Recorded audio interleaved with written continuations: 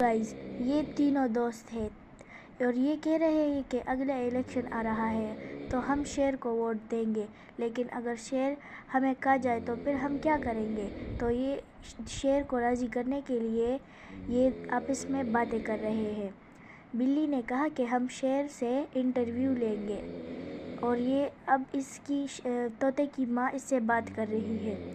اب یہ تینوں دوست اکٹھے ہو کر الیکشن کے آنے کے لیے باتیں کر رہے ہیں۔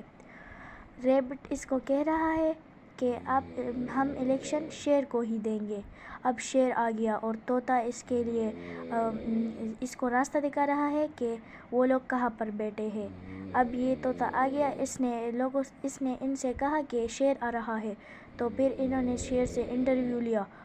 تو شیر نے کہا کہ میں آپ کو کھا جاؤں گا اگر آپ نے مجھے ووٹ نہیں دیا۔ پھر طوطے نے اس سے کہا کہ ہم آپ کے لیے کچھ کھانا تیار کر رہے ہیں، اور پھر اس نے کہا کہ آپ میرے لیے کھانے میں لذیذ کھانا تیار کرو۔ یہ ان سے انٹرویو لیتا جا رہا ہے اور اب اس کے لیے بہت سارا کھانا، میٹ وغیرہ سب کچھ تیار ہو گیا اور یہ پھر اسے کھا رہا تھا۔ پھر شیر میز پر بیٹھ گیا اور چمچ اٹھا لیا اور دیکھا کہ کتنا اچھا کھانا ہے، اور بس کھانا شروع کیا۔ اب انہوں نے اس کے لیے کمرہ بنایا ہے، بہت پیارا سا۔